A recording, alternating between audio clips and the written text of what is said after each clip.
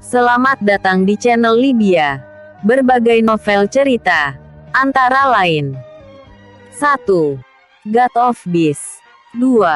Kaisar Perang 3. Menantu hebat seperti dewa 4. Reinkarnasi Dewa Obat 5. Rahasia Sang Menantu Miskin 6. Pendekar Naga Giok 7. Menantu hebat seperti dewa Perang 9. Perjuangan menembus surga 10. Sang Dewi Penguasa. Untuk melihat dan membaca novel cerita ini, klik tulisan Libya Channel, kemudian klik tulisan playlist. Maka akan muncul beberapa judul novel cerita. Lantas pilih yang Anda sukai, yang mana akan dibaca.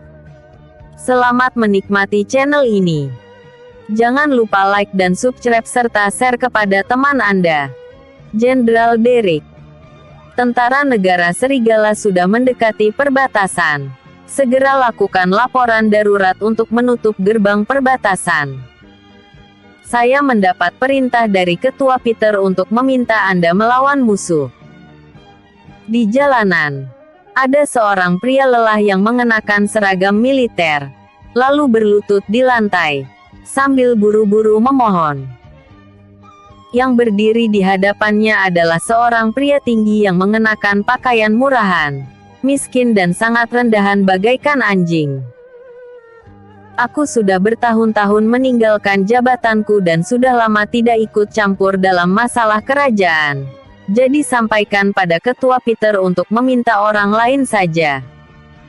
Derrick terlihat tidak peduli dan sama sekali tidak tergerak. Orang-orang yang lewat mengira mereka berdua adalah orang gila yang sedang melakukan rekaman video lucu.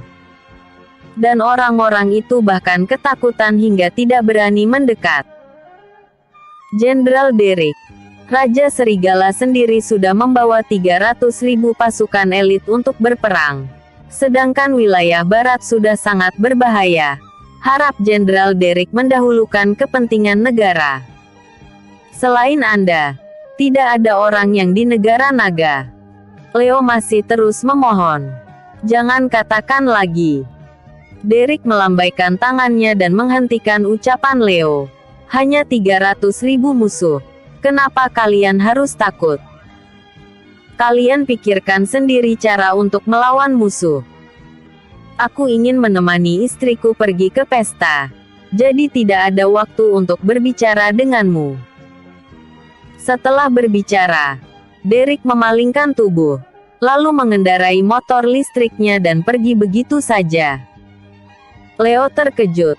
Apakah Jenderal Derrick si pelindung negara sudah menikah?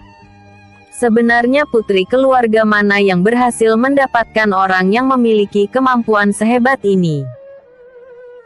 3 tahun yang lalu, Jenderal Derrick si pelindung negara yang berkontribusi besar bagi negara, tiba-tiba mengundurkan diri dari jabatannya dan kembali ke kampung halamannya di kota selatan.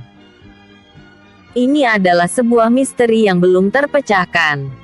Bahkan Leo yang sudah lama mengikuti Derrick juga tidak mengetahui alasan di baliknya. Di acara perjamuan keluarga Chu, semua orang berkumpul di aula dan sedang berbincang. Ayo Vivi. Aku bersulang padamu. Tuan Chen, aku juga bersulang untukmu. Terima kasih telah membantu Vivi mendapatkan kontrak kali ini. Setidaknya kontrak kerja sama ini dapat memberikan keuntungan 20 miliar untuk keluarga Chu. Setelah meminum segelas bir ini, masih ada 3 gelas lagi. Di depan meja, gelas terus bersulang, sehingga wajah setiap orang memerah dan terus berbincang. Berkat bantuan Dex Chen, calon suami nona kedua keluarga Chu, Vivi Chu, keluarga Chu berhasil mendapatkan sebuah kontrak kerja sama dengan perusahaan bintang. Hal yang begitu membahagiakan. Tentu saja harus mengadakan acara perjamuan untuk merayakannya. Maaf sudah membuat kalian menunggu lama. Tadi ada urusan. Derrick meminta maaf sambil buru-buru berjalan masuk. Suara tawa pun berhenti.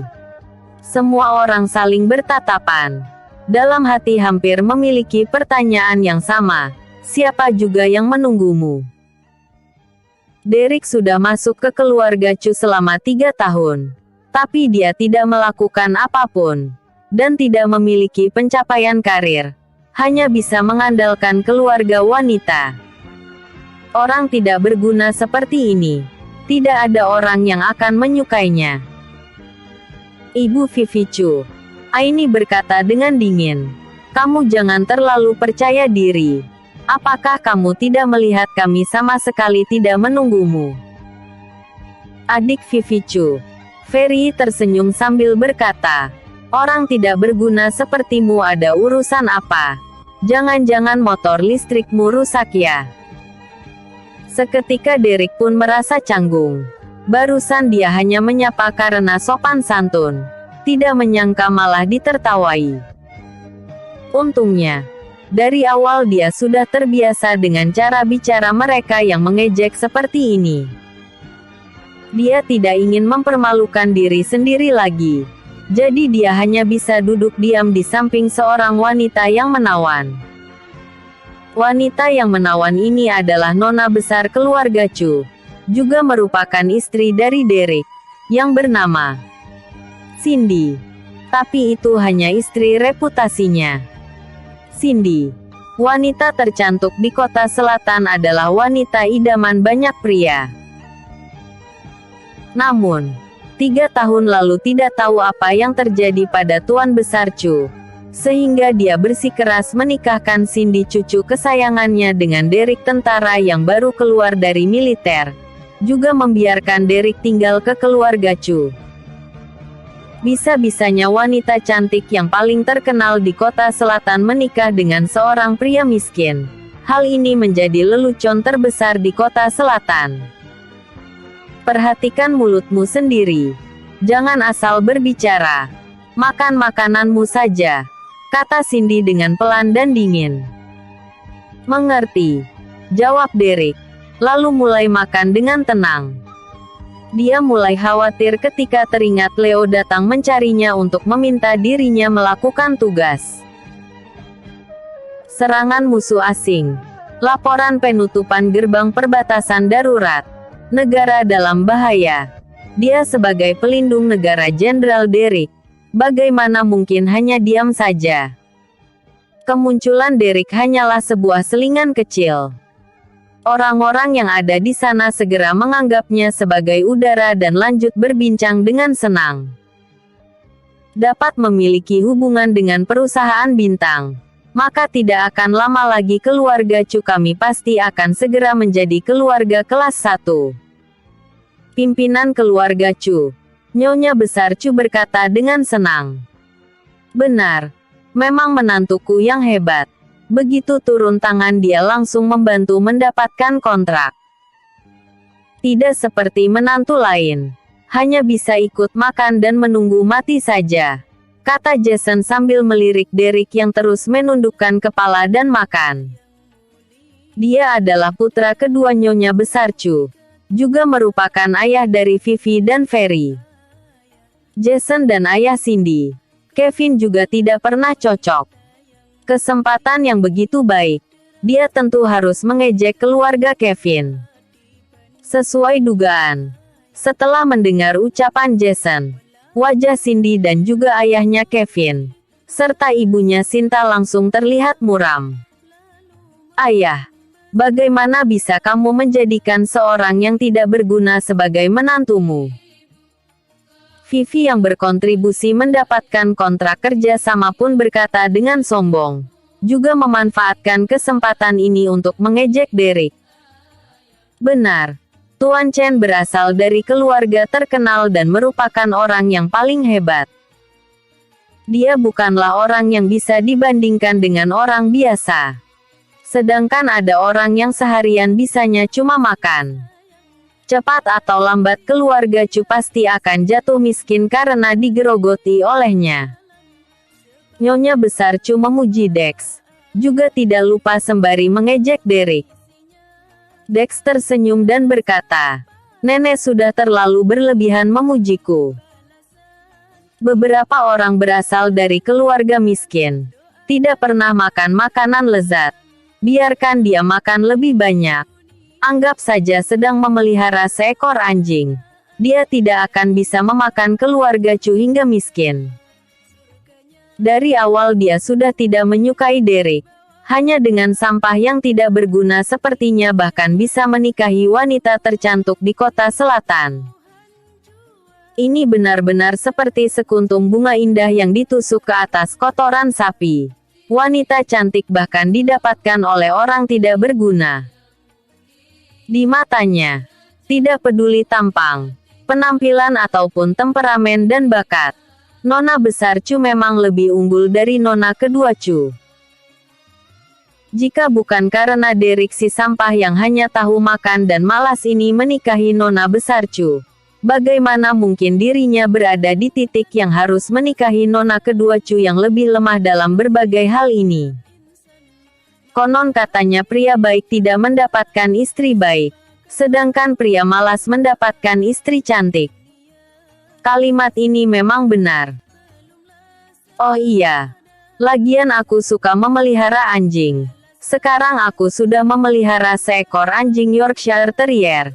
Jadi juga tidak keberatan untuk memelihara seekor anjing lagi. Vivi ikut menambahkan. Ucapan orang-orang begitu sinis. Seketika Derek pun menjadi sasaran mereka. Melihat suaminya yang hanya diam juga dikatai. Wajah Cindy yang merah pun menjadi pucat dan terlihat sangat tidak senang. Menertawai Derek, tanpa sadar menjadi seperti sedang menertawainya. Dan pada saat bersamaan juga ikut mempermalukan orang tuanya. Berada di titik seperti ini, Cindy hanya membenci mendiang kakeknya itu. 3 tahun yang lalu, saat Derek kembali dari militer, dia tidak memiliki apapun.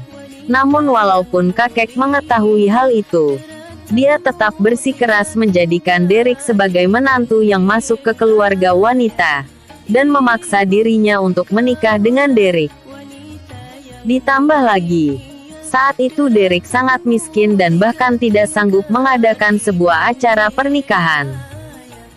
Yang paling membuatnya heran adalah, sebelum meninggal kakek terus-menerus mengingatkannya untuk jangan meremehkan Derek. Kakek mengatakan Derek sekarang hanyalah orang hebat yang berada di lingkungan yang tidak menguntungkannya. Suatu hari dia akan kembali ke lingkungannya dan menikmati kekayaan serta nama baik. Juga mengatakan, pada saat itu dia akan mengerti niat baik kakeknya. Namun, mereka sudah menikah 3 tahun. Sedangkan Derek terus-menerus tidak melakukan apapun. Bagaimanapun juga tidak terlihat seperti orang yang belum menemukan bakatnya. Selain tampan, Derek ini sama sekali tidak memiliki keunggulan apapun. Apa gunanya tampan? Wajah tampan juga tidak bisa dimakan. Semakin lama Cindy semakin meragukan jika kakeknya menyuruh menikah dengan Derek. Kalau bukan karena ada yang salah dengan pikiran kakeknya, maka kakeknya pasti sengaja mencelakainya. Saat ini, Derek akhirnya tidak bisa menahan lagi. Dia pun berkata dengan tidak senang, "Bisakah kalian membiarkanku makan dengan tenang? Bukankah hanya sebuah kontrak perusahaan bintang?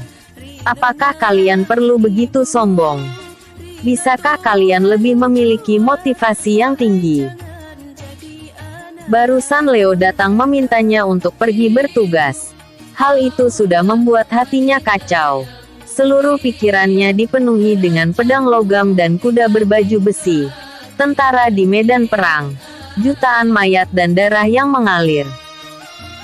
Sedangkan orang-orang ini malah terus membuat keributan hingga mengganggu pemikirannya. Ini membuatnya benar-benar sangat kesal. Begitu ucapan Derek keluar, suasana langsung menjadi hening. Tidak ada orang yang menyangka, orang tidak berguna yang sudah dikatai selama bertahun-tahun dan tidak berani membantah ini, hari ini berani membantah. Terlebih sekalinya membantah. Dia langsung melontarkan ucapan yang begitu tidak tahu malu. Apa yang kamu katakan? Orang tidak berguna sepertimu juga berani mengatakan kami tidak memiliki motivasi tinggi. Nyonya Besar Chu begitu marah sampai ingin muntah darah. Orang tidak berguna ini mungkin tidak mengetahui perusahaan bintang adalah perusahaan seperti apa, sehingga dia mengatakan hal yang begitu tidak tahu diri. Aku beritahu padamu, perusahaan bintang memiliki nilai pasar lebih dari 20 triliun. Juga merupakan perusahaan terhebat di kota selatan. Keluarga manapun, asal ada kaitannya dengan perusahaan bintang pasti bisa sukses.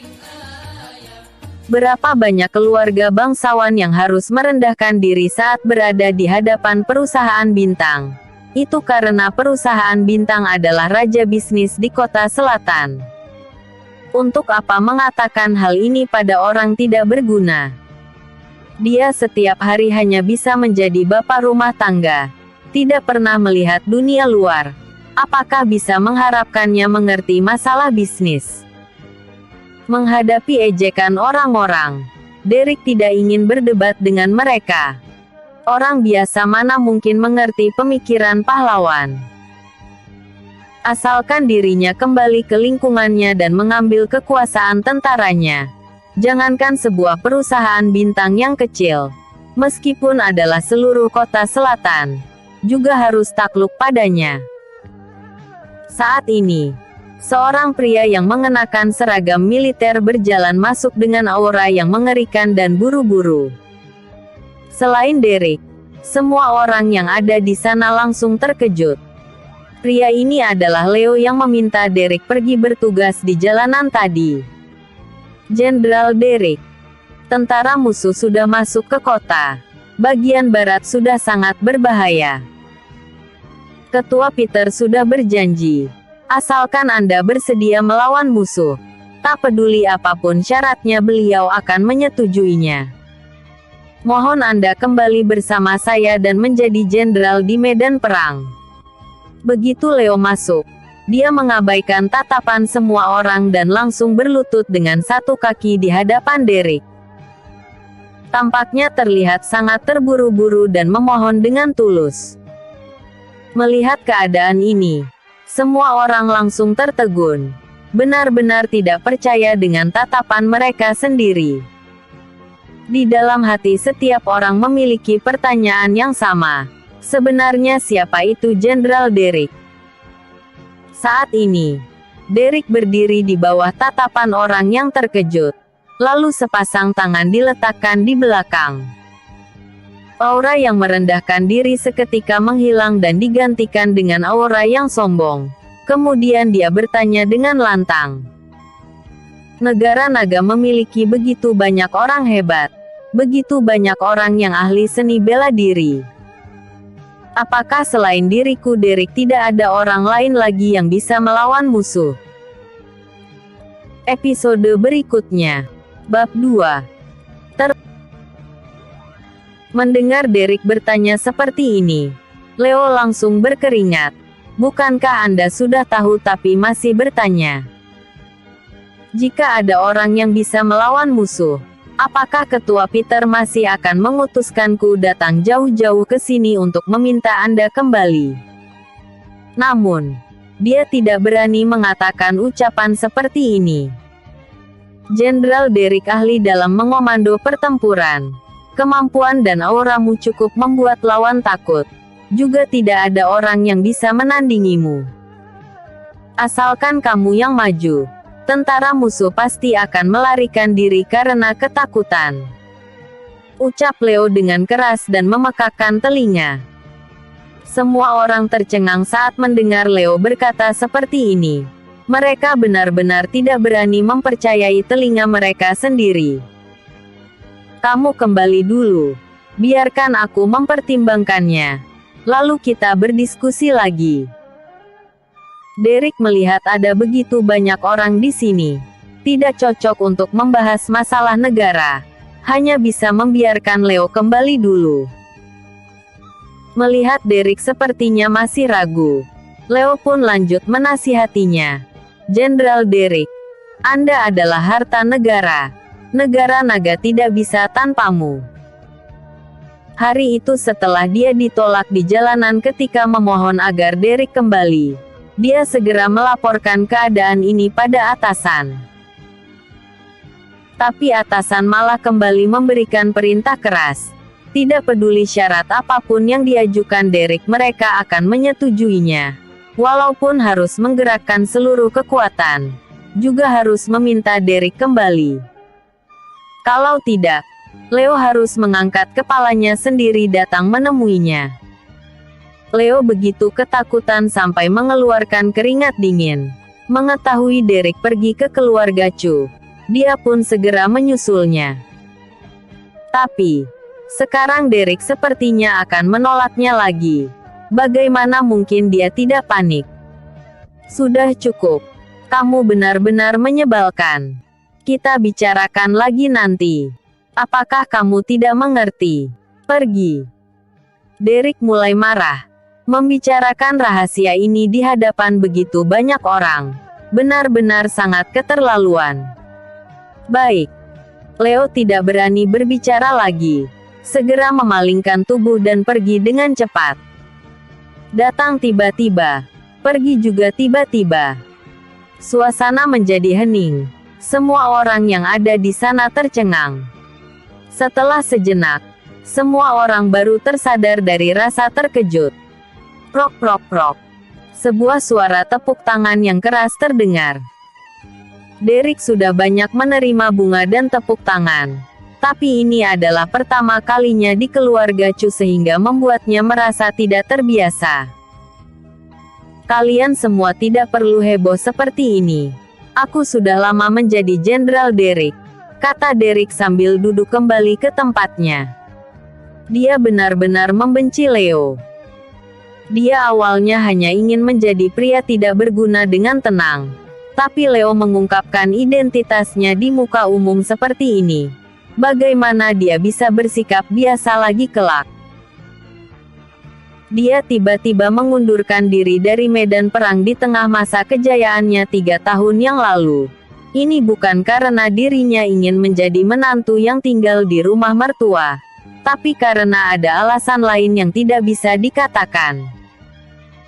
Namun, sewaktu dia mengundurkan diri dan kembali ke kota selatan, Tuan Besar Chu memintanya bergabung dengan keluarga Chu dan dia pun menyetujuinya tanpa ragu.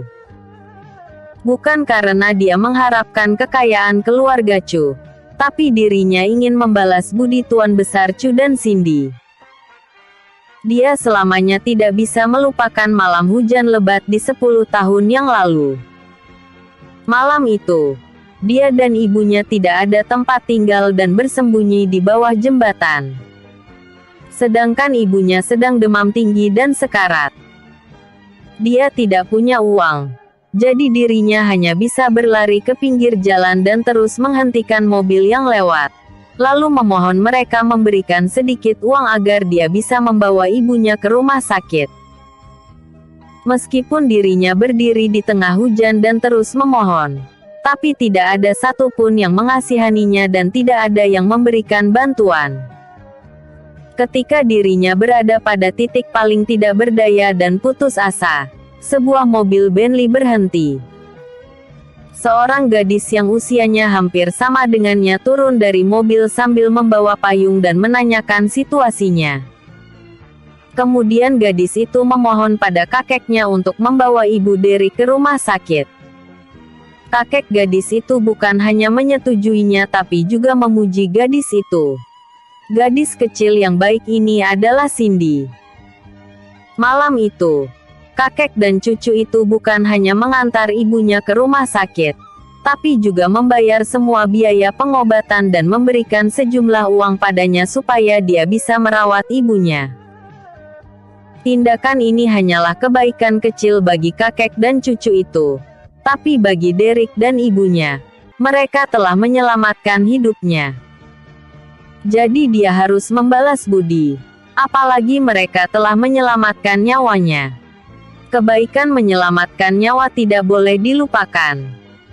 Pada malam itu, dirinya yang masih muda jatuh cinta pada pandangan pertama kepada nona besar Chu. Dia jatuh cinta pada gadis cantik yang baik hati ini. Namun dirinya tahu kalau statusnya rendah sehingga tidak berani berharap terlalu banyak. Kemudian, dia menjadi tentara, juga berprestasi dalam peperangan sehingga dirinya dinobatkan sebagai Jenderal Derrick, jenderal nomor 1 di negara naga dan menjadi legenda di dunia ketentaraan. Di tengah masa kejayaan Derrick, ada krisis besar yang melanda keluarga Chu, sehingga Derrick langsung membantu keluarga Chu mengatasi kesulitan itu. Hanya Tuan Besar Chu seorang yang mengetahui hal ini. Tentu saja dirinya tahu Derrick membantu keluarga Chu karena dirinya pernah menolong Derrick dan ibunya waktu itu. Sewaktu Derrick mengundurkan diri dan tidak ada kekuasaan, Simon bersikeras menikahkan cucu kesayangannya kepada Derrick. Karena dia bisa melihat bakat langka yang dimiliki Derrick, juga percaya dia akan berjaya kembali cepat atau lambat dan masa depannya akan cemerlang. Namun, Cindy dan Derrick bertemu kembali setelah bertahun-tahun, sehingga Cindy tidak kenal dengan Derrick lagi. Dan dia tidak tahu kalau suaminya adalah pria yang dia bantu waktu itu. Dia telah membantu begitu banyak orang dan Derrick hanyalah satu di antaranya. Sedangkan Derrick juga tidak mengatakan hal ini kepada Cindy. Dia tidak melakukan apa-apa setelah masuk ke keluarga Chu. Bukan dia tidak ingin bekerja, tapi dia tidak bersedia bekerja. Bagaimana mungkin orang yang hebat dalam peperangan seperti dirinya akan bekerja seperti orang biasa dan melakukan hal yang tidak penting? Apakah Jenderal Derrick yang dulunya memimpin ribuan pasukan akan bekerja menjadi seorang penjaga keamanan? Dia merasa lebih berarti kalau dirinya tinggal di rumah untuk menjaga Cindy. Pada saat yang sama, dirinya juga sedang menunggu kesempatan untuk bangkit kembali. Sebuah suara terdengar saat Derrick sedang mengingat masa lalu. Kamu berpura-pura dengan baik. Aku memberikan skor penuh padamu. Kamu pantas mendapatkan tepuk tangan meriah ini. Derrick tiba-tiba tercengang. Ada apa ini? Hais, aku hampir luka dalam karena menahannya. Haha. Ferry tidak bisa menahan tawanya.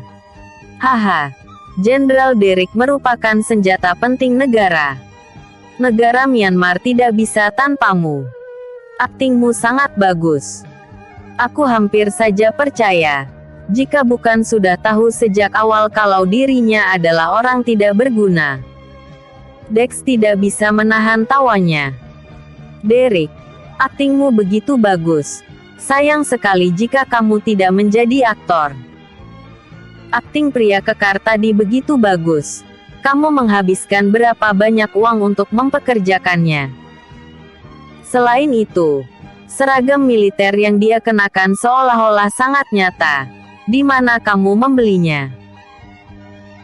Orang yang sudah masuk militer selama 5 tahun dan tidak mendapatkan jabatan apa-apa, berani-beraninya berpura-pura bahwa dirinya adalah Jenderal Derrick. Apakah kamu ingin membuat kami tertawa sampai mati? Tidak ada orang yang akan percaya bahwa ucapan Leo dan Derrick barusan itu nyata. Karena aktingnya terlalu berlebihan.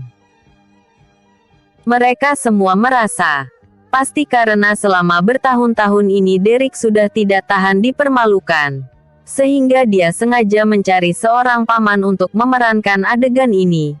Ingin membuat mereka terpukau dengannya. Hasilnya malah kebalikan.